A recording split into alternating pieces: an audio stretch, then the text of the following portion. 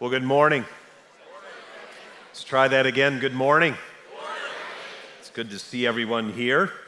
And what is tomorrow? What is tomorrow? It's Labor Day. How many of you know the history of Labor Day? But how many of you are thrilled that tomorrow's Labor Day?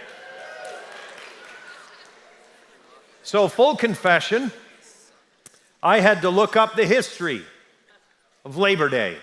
How many of you honestly don't know the history of Labor Day? Raise your hand, just in front of God and everyone in the room. No clue. Well, I will tell you this, President Grover Cleveland just became one of my new heroes because he was the one that instituted Labor Day. And it's fascinating, if you read up on the history of it, though, many people believe that he did it as a political move because there was so much unrest. It was during that huge boom, the industrial age, and there were a lot of riots. There were actually some very serious riots, and there were some marches against different industries, and so many people felt like it was a political move to where he could calm some of that unrest. And the other thing that I learned, that the first work day unrest is recorded from ancient Egypt during the building of the pyramids, where all the laborers walked off the construction site and refused to work another day until they got paid. Didn't that factoid just change your life? But the idea is, it's Labor Day. It's a day where our country, along with dozens and dozens of other countries, kind of take a day to take a break.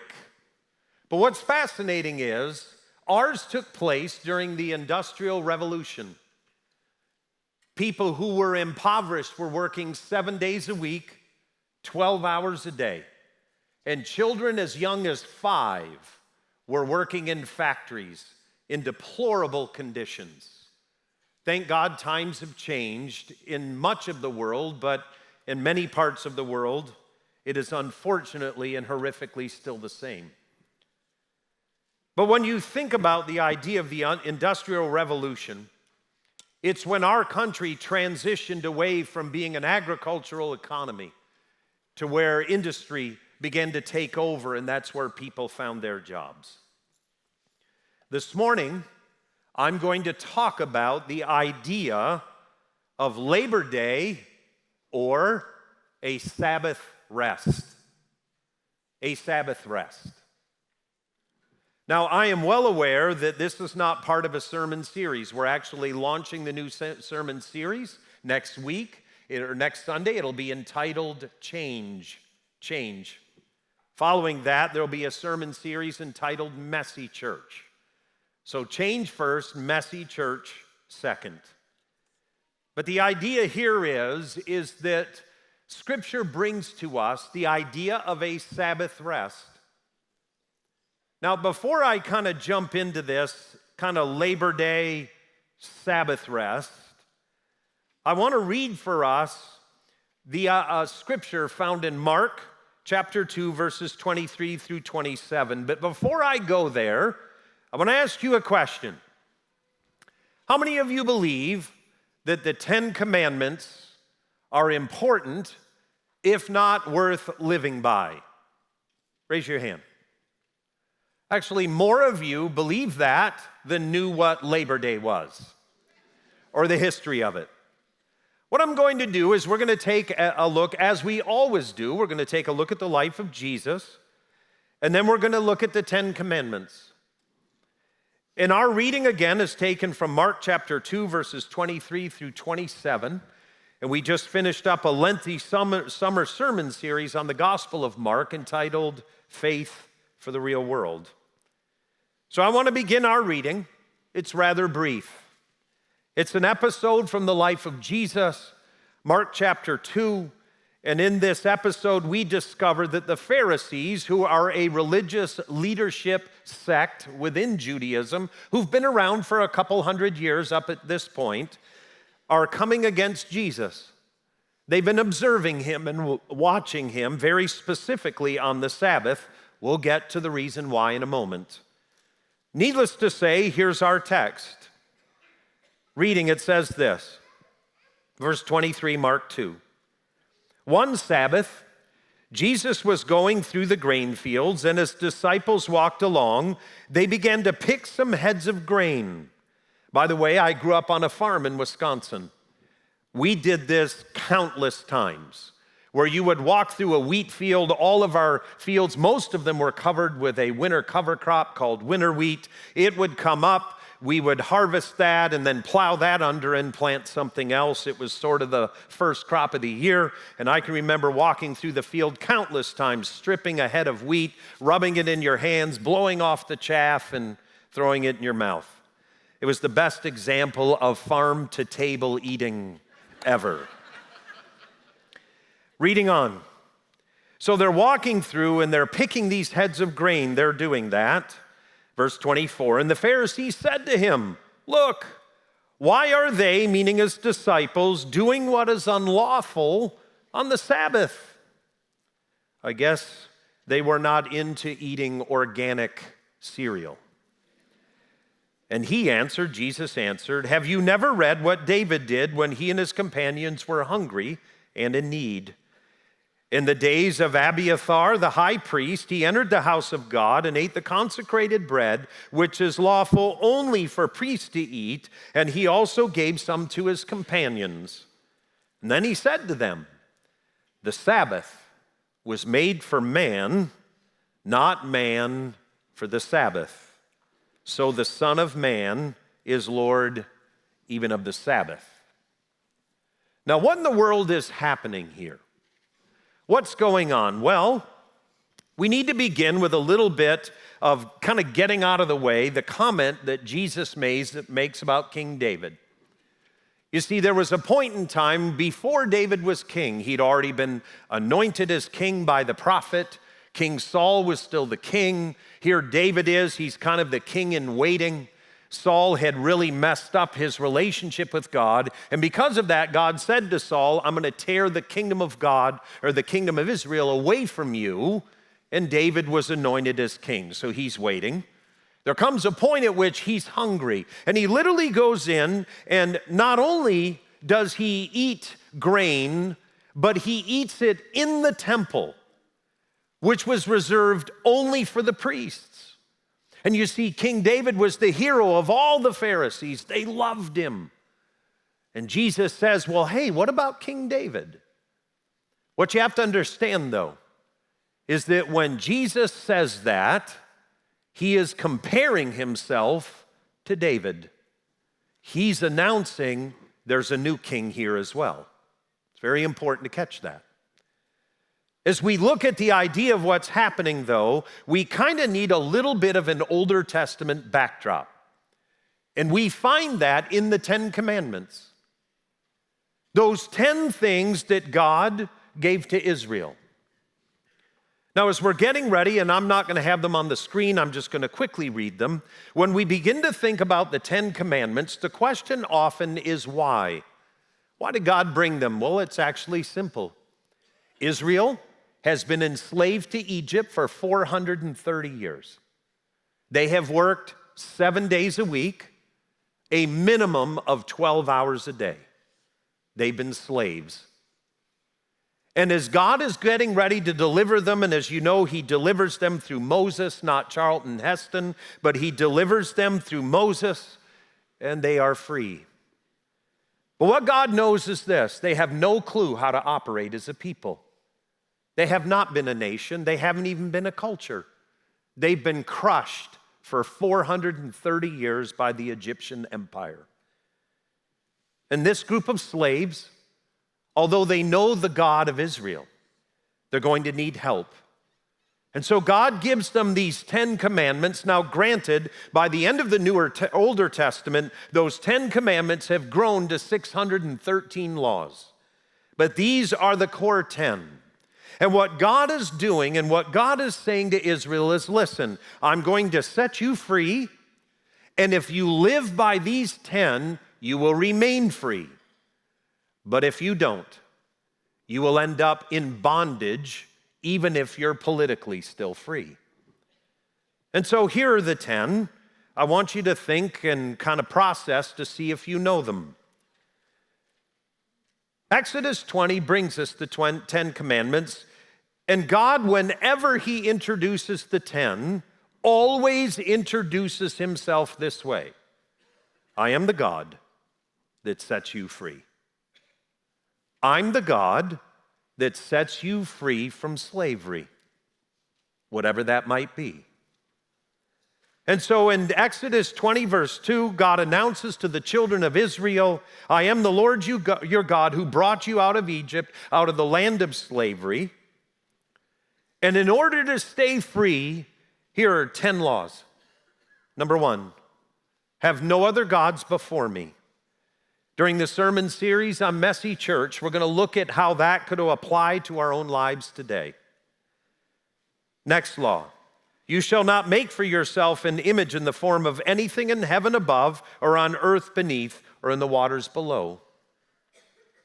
Next law, you shall not misuse the name of the Lord your God, for the Lord will not hold anyone guiltless who misuses it. In other words, don't use the name of the Lord in vain.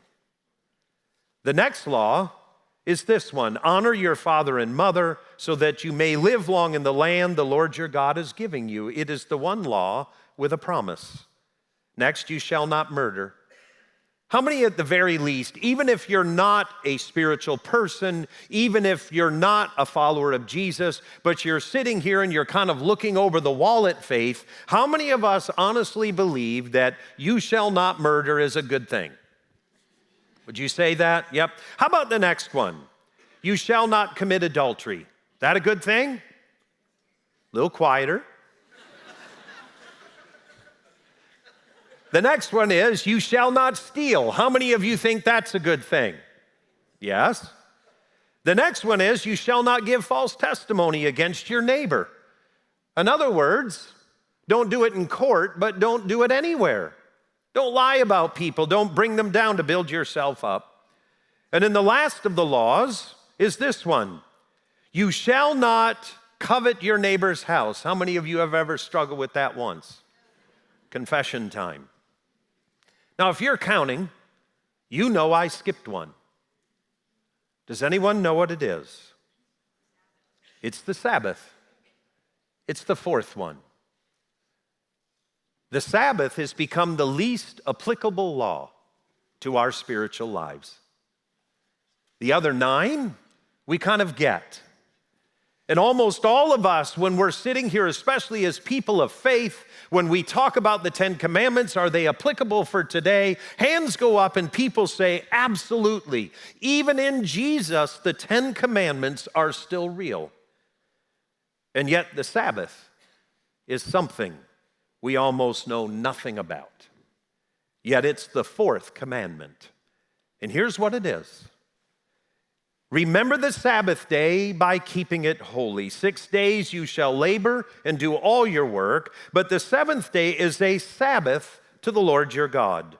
On it you shall not do any work, neither you, nor your son, or your daughter, nor your male or female servant, nor your animals, nor any foreigner residing in your towns. Doesn't it sound like that was written by a lawyer? You ever notice that? Like if you ever go into the bathroom on an airplane, it does not say just don't break the smoke alarm, right? What does it say? Don't touch, don't tamper, there's a whole legalese thing on all of those so people won't go in the bathroom and smoke. Why? We always try to look for the end around. I didn't break the smoke alarm, I tampered with it. Big difference, right? Well, it's kind of like that. Because God knows that we have this tendency that there's this day that we're supposed to set aside for the Lord, and what we'll do is we will do that, but we're going to make our kids work. How many parents do you think that's actually a brilliant idea? They'd be working one day of the week instead of, anyway. But you look at it and God goes through it and says, nor your son, nor your daughter, nor your slaves, nor animals. No work. Stop. And when we look at this one, Can you imagine being the people of God exiting slavery where you have worked 7 days a week? You've been enslaved. And one of the 10 says, take a day off. Can you imagine how much God loved them to say, take a day off? That must have been music to their ears, that there's this God that doesn't work you to the bone 7 days a week, but says, take a break. What's amazing is, by the time of Jesus, of all the 10 commandments, the Sabbath is the most important. That may shock us. But if you were to look in the Newer Testament, you would discover that whenever Jesus has a conflict or controversy, it's almost always about the Sabbath. So the Sabbath at this point in time had become a huge deal. Why? Because it can be publicly monitored. By the time of Jesus, there was a whole volume, a whole body of literature outside of the one commandment, the fourth one, that said, take the day and keep it holy. And this huge body of literature was called the tradition of the elders. And they had decided what you could and could not do on the Sabbath. And they got pretty strict, and there were 39 forbidden tasks. One of them was reaping or harvesting, and most Bible scholars believe that is why the Pharisees, who are monitoring everyone's activity on the Sabbath, said to Jesus, why are your disciples working? Why are they breaking the law? You know, they also had a law that said you could only walk so far on the Sabbath. It was a quarter mile. Some of you are going, I haven't walked a quarter mile in forever. But it's known as a Sabbath walk. And at times in the Newer Testament, that's utilized to show you how far Jesus was from a certain place. It's a quarter mile. If you ever go to Israel or to Jerusalem, I've been there several times, you will notice that in the neighborhoods, there's certain colored tape hanging on the power lines, and that tells people from the different Jewish sections of town how far they have walked, because they never want to walk further than a Sabbath walk. The other thing I noticed in Israel was that if you get on an elevator, you need to check which one you get on. Because on Saturday, the Sabbath, there are Sabbath elevators and everyone else's. And when you get on the Sabbath elevator, it stops at every floor, every last one. It goes, doors open, you stop, you sit there. Next floor, next floor, next floor, all the way to the top. You want to know why? Because their Sabbath laws teach you can't push any buttons, run anything electric. And so because of that, what we need to understand is by the time of Jesus, although they don't have electricity, they have a lot of other things, and the elders have brought in these laws that govern how you operate Sabbath. Again, it's called the teaching of the elders or the traditions of men. And they stop Jesus and say, how dare your disciples break the Sabbath law? What you need to know is that law was not written by God. All God said was, work 6 days, you take 1 day, and you rest. All of their laws, though, had been heaped on top of this day, and Jesus' disciples were breaking their laws. Not God's, but theirs. Now, most of us by now are sitting there thinking, Pete, you've got to be kidding me. You're actually going to say that we need to be a group of people that seriously consider taking a Sabbath day. Wasn't that fulfilled in Jesus? The answer is no. Yes, Jesus is the Lord of the Sabbath, but he never says, don't do Sabbath. He just says, do it the right way. Why? It's one of the 10 commandments. Now, here's what we know. The Sabbath rest comes from the creation story in Genesis, where God creates for 6 days, and when he's done creating, what does he do? He rests. And even in the giving of the 10 Commandments, it tells us clearly that the reason why humankind takes 1 day to rest is because God did. But the question becomes, if you're a thinking person, one of our pastoral team, while we were sitting around discussing this passage this past week, Darcy, who's one of the people that serves on our lead team, she said to me in the midst of our staff discussion on Sabbath rest, here's what she said. But Pete, here's the problem with this. Yes, she's type A. The problem is the Bible says God completed his task. And then he rested. Well, I asked her a question. What do you think God did on the 8th day? And she said, oh. You see, God rested, but he wasn't tired. God doesn't get tired. And yet it says he rested. And that we are too. We are supposed to take a day where we focus on him and we rest. But here's what I know. I already know what's going through people's minds. I'm well aware. Because we live in Charlottesville, Virginia. I don't want to get hyper spiritual here, but the Bible speaks of powers over cities, spiritual entities over cities that drive people. Our city is no different. Because we live in a city that forces us or tries to force us to do certain things. Things like this. To be an athlete. You ever notice that? And if you aren't an athlete, you very well better love sports. You better love them. Like truly love them. Like Tony Bennett is the 4th person in the Trinity kind of love.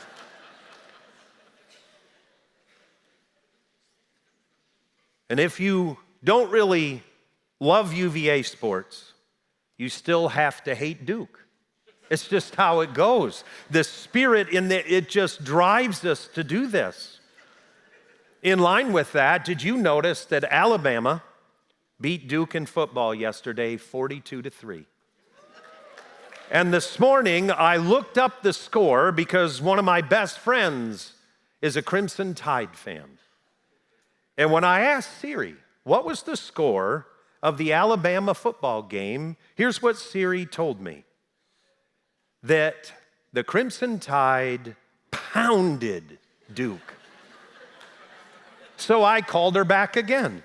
Said, Siri, what was the score of the Alabama game against Duke yesterday? And she said this time, Alabama crushed Duke. I called her again. And she went back to pounded. But look, here's what we know. It's very important to catch this. That Alabama is the Crimson Tide. Crimson Tide made me think of Jesus' blood, and Duke are the Blue Devils. So Jesus' blood washed away the devil again. But you see, we live in a town where athletics are huge. And if you're like my son Peter, who doesn't like sports other than squash and could care less about sports at any level, you can quickly feel like you're on the outside. Not only this, we live in a town that education is the most important thing. And it's not just that you get a college degree, it's where you get it that matters. We live in a town that perpetuates the American dream that everyone's shooting for. And I can't tell you how many times, countless times, I've met business people around our community who made their money somewhere else, and they would readily admit that they made their money somewhere else, but their ultimate dream was to live in Charlottesville because it's such an amazing place to live. And I agree. I totally agree. But you see, the problem with the spirit of Charlottesville is that if you say, I'm going to take a Sabbath rest, people around you are going to think you're crazy. As a matter of fact, some of us are sitting here and you think, you've got to be kidding me. Does God really mean a 24-hour period that I set aside? And you'll say to me, but Pete, I'm in high school. Got to get into the right college. And the college students would say to me, but I'm in college and I need to get med school, grad school, whatever it is. And then there's other people sitting here, I'm done with the college stuff, Pete, but man, I'm newly married. And we're getting into this rhythm where we're learning about relationship physically and emotionally and spiritually. You honestly say we ought to take a Sabbath, and then the next couple would say, but we're a young couple with a child. Have you ever tried to take a break when you have a child? I've had 3 of them. Then others would say, well, they're middle school kids now, or they're high school kids. My kids are high school. Now my kids are in college and I can't afford. And some would say, but then grandkids come, and then you're dead. You see, the idea with Sabbath is, it's a good idea for every phase of life. In fact, I really want to challenge college students. You see, the reason why the Sabbath was so important in Jewish culture, it was visible. And so there's this group of people, and their name is Israel, and they're living categorically different than every nation around them. Those nations are working 7 days a week, but on this day, the Jews rest. It made them fundamentally different than any other culture. And they do it because of Genesis 2:31, God did. And he commands his followers to do the same.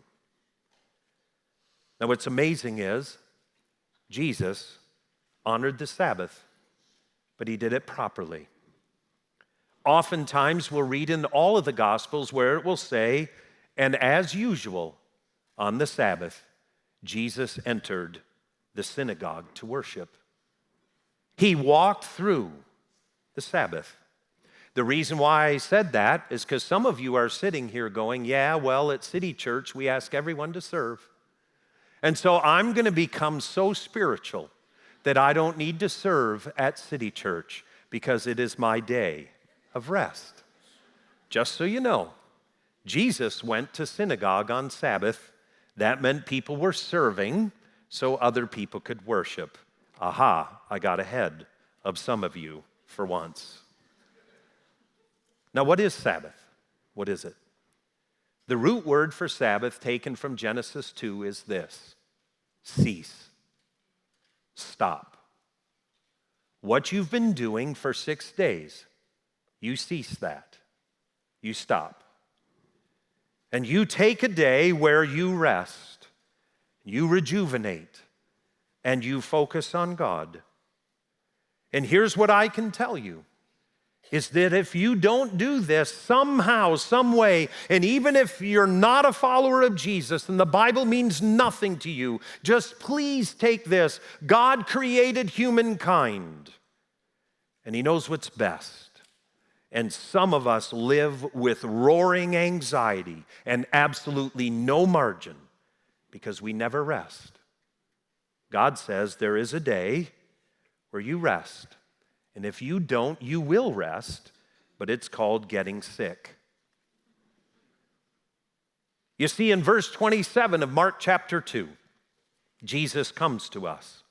And he says the following to the Pharisees. Here's what he says. He says, the Sabbath was made for man, not man for the Sabbath. You see, that was their problem. The problem was the second part of that sentence, where he says that the Sabbath was made for man, not, and here was their problem, man for the Sabbath. You see, the Sabbath had become a way to abuse people and dominate people and fill their heads with rules and regulation and fear, because Sabbath is everywhere. among the Jewish people. It's everywhere. But you see, that's not our problem. Our problem is the first part of that phrase where Jesus says, the Sabbath was made for man. He's referencing the creation story of Genesis 2. Please remember, Jesus never said, no Sabbath. He just said, do it right. So how do we put feet to our faith with this? What does this look like? Well, know this, that in the creation story, God blesses three things. He blesses the animal kingdom when he made it. He blessed humankind when he made people. And then he blessed one other thing. It's day 7. It's the Sabbath. God blessed that. God blessed the animal kingdom. He blessed humankind.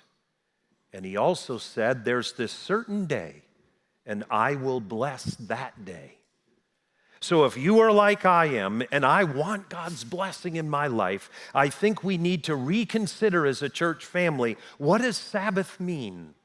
If God blessed it, and he commands it, it must be as important as do not murder and do not steal.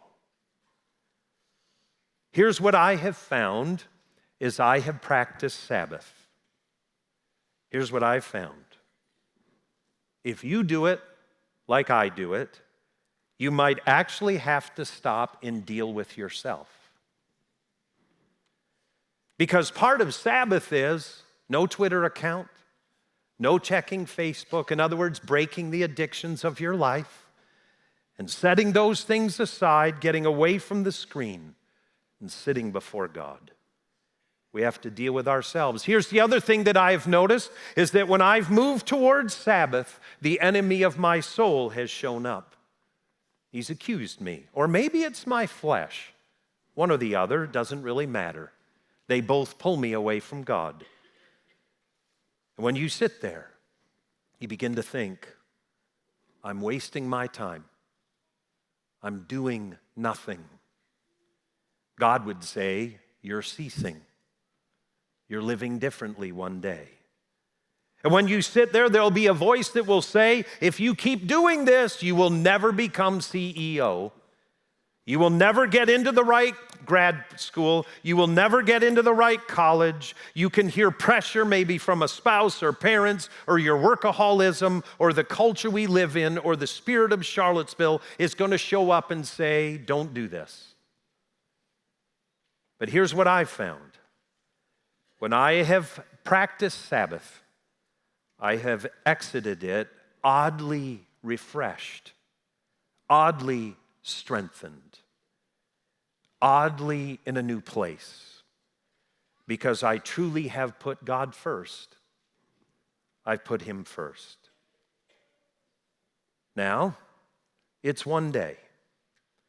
What happens on that day? Well, what we know from the scriptures and from the Jewish people that do this, you worship.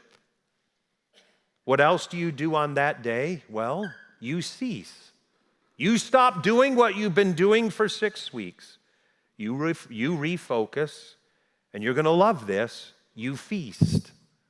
You feast on the Sabbath. You feast. You eat your favorite foods. Sometimes you hang out with your favorite people. But at the center of this day is time alone with God, an extended time. Maybe you do it like Jesus, because notice what he's doing on the Sabbath. He's walking through the grain fields with his disciples, and he's picking some grain. They are, at least. And they're eating. They're hanging out. They're walking with Jesus. They're doing it just by themselves. What I've learned about Sabbath and learned from other people who've done it much longer than I have. Some talk about turning off all electronics and then lighting a candle. There's Bible reading and singing, there's walking, there's physical rest, there's taking a nap, there's time with family and friends, there's thankfulness, but more important than anything else, there's time spent one-on-one with you and God. I want to challenge you. Sabbath rest. It's one of the 10 commandments. And people will often say, please give me a recipe. It's not how it works. All God says is, cease doing what you've been doing for 6 days and set aside a day for Him. It might look totally different for you than it would me. But I can tell you what makes that day a Sabbath is that God is at the center. What I've been doing for 6 days, I cease doing, and I focus on Him.